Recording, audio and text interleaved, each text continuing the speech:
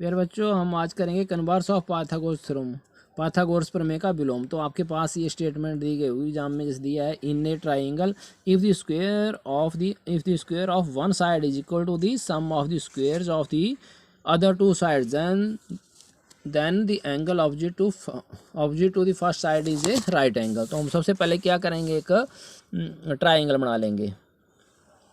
तो ये मैं ट्राइंगल बना रहा हूँ, तो ऐसे ट्राइंगल बना लेंगे।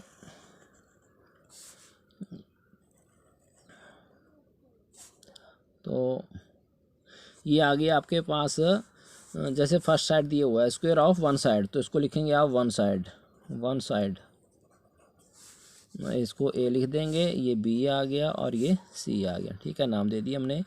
तो हिंदी में यदि किसी त्रिभुज की एक भुजा का वर्ग, तो या पहली भुजा का वर्ग, एक भुजा लिख दिया मैंने। ठीक है, एक भुजा का वर्ग अन्य दो भुजाओं के वर्गों के योग के बराबर हो। ठीक है, तो अदर, ये आगे other first side other second side, ये बी सी आ गई। अन्य, ये दूसरी भुजा और अन्य पहली भुजा। ठीक है, ये तो पहली भुजा है, ये तो आपके पास एक भुजा है, तो इसका वर्ग जो है अन्य पहली भुजा का वर्ग जमा अन्य दूसरी भुजा के वर्ग के बराबर होता है। ठीक है, तो ये हमारे पास दिया हुआ है, तो हम लिख देंगे यहाँ गिवन में दिया है त्रिभुज ए बी सी में। ठीक है, और इंग्लिश में इन लगा देंगे साथ में। तो one side, square of one side ये है हमारे पास ए सी का square is equal to the sum of the squares of other two sides, other first side और अदर सेकंड साइड। तो अदर फर्स्ट साइड आपके आगे ए बी का स्क्वायर जमा बी सी का स्क्वायर। तो किसी त्रिभुज की एक भुजा का वर्ग, तो एक भुजा हमारे पास ए सी लिया हमने। ठीक है, तो उसके आगे एक भुजा का वर्ग अन्य दो भुजाओं के, अन्य पहली भुजा ये आ गई और दूसरी भुजा ये आ गई, अन्य दो भुजाओं के वर्गों के योग के बराबर होता है। तो पहली भुजा का वर्ग ये अन्य पहली भुजा का वर्ग ए बी का वर्ग जमा दूसरी भुजा का वर्ग बी सी का वर्ग के योग के बराबर होता है, जो जमा लगा दिया हमने। ये हमारे पास दिया हुआ है, तो हमने प्रूव करना है। तो पहली भुजा का सम्मुख कोण, ये आपके पास पहली भुजा या एक भुजा या पहली भुजा, पहले भी लिखते हैं। तो पहली भुजा का सम्मुख कोण, तो इसके ना तो हम इस कोण को लेंगे ना इसको लेंगे, इसके सामने वाला कोण ये हुआ, इसको प्रूव करना है आपने कि एक समकोण होता है राइट एंगल। तो angle V equal to 90 degree आपने प्रूव करना है। ठीक है, कंस्ट्रक्शन में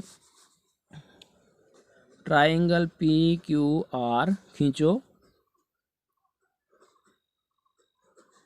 जिसमें angle Q equal to 90 degree. तो PQR खींच लेंगे, यहाँ पर आप पहले ऐसे खींच लेंगे,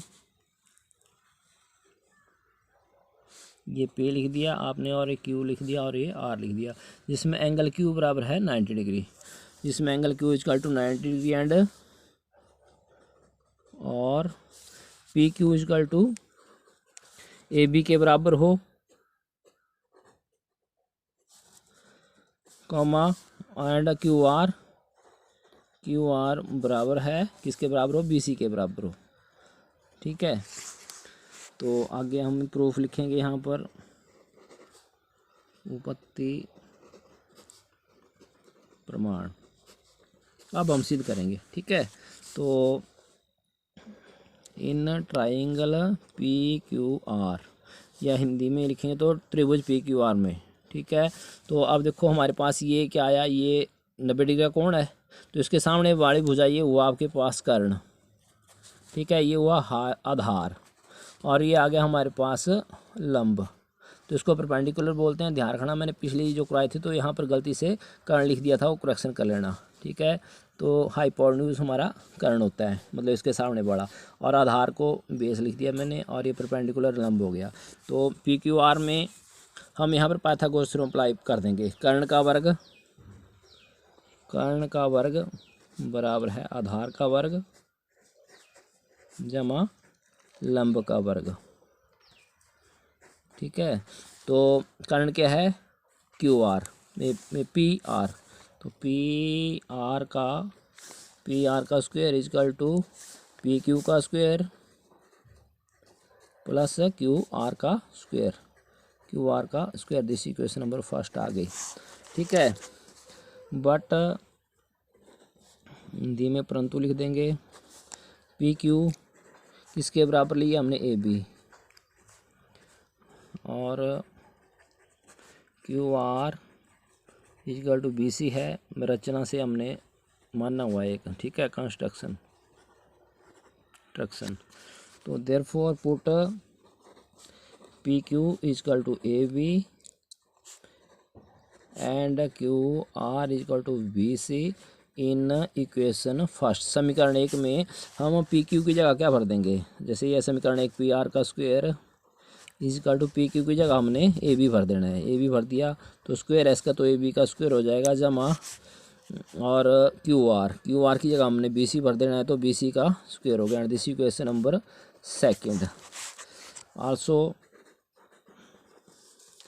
ए सी का स्क्वायर इजिकल टू, अब हमारे पास दिया हुआ है यहाँ पर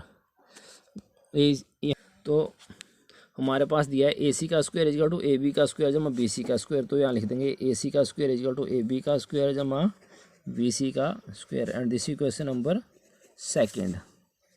तो समीकरण 2 और 3 की तुलना करने पर और इंग्लिश में लिख देंगे comparing equation second and third we get. तो हमें क्या मिलता है, अब यहाँ देखेंगे ए बी का स्क्वायर यहाँ पर भी और यहाँ पर भी है, प्लस आ गया, बी स्क्वायर यहाँ पर भी है, बी सी का स्क्वायर यहाँ पर बराबर आ गया। तो यहाँ पर क्या आया, पी आर का square equal to A C का स्क्वायर। ठीक है, और पी आर किसके बराबर होगा, ए सी के बराबर।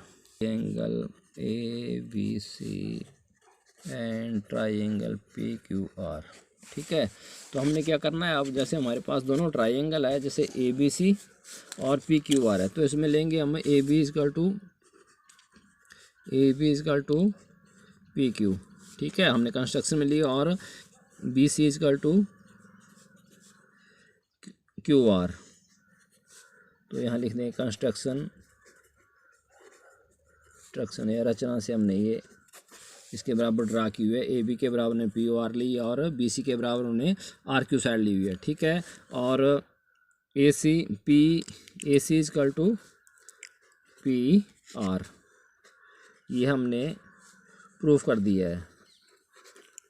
ठीक है, तो देयरफॉर वाई साइड कन्ग्रुएंस रूल। ठीक है, भुजा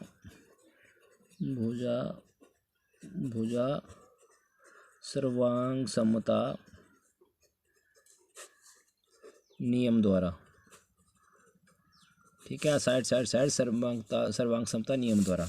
तो क्या नियम है, मतलब अगर इसमें क्या है कि ये भुजा इसके बराबर है, ये भुजा इसके बराबर है, और ये भुजा इसके बराबर है, और ये कोण इसके बराबर आ गया है, तो triangle A B C congruent to triangle P Q R, मतलब ये दोनों बराबर हैं, और इसमें सारी भुजाएं कॉरस्पॉन्डिंग साइड्स बराबर हैं और कॉरस्पॉन्डिंग कोण भी बराबर हैं। देयरफॉर एंगल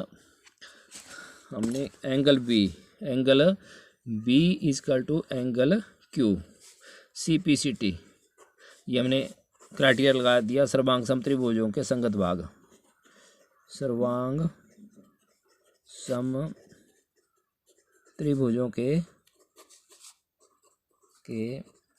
संगत भाग, मतलब हमारे पास जो एंगल बी एंगल क्यू के बराबर होगा, और एंगल क्यू कितने का है, 90 डिग्री।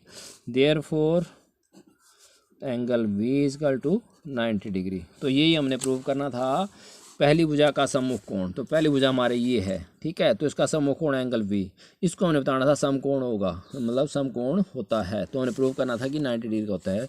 तो ये हमारा आंसर आ गया प्रूफ। तो इसको कर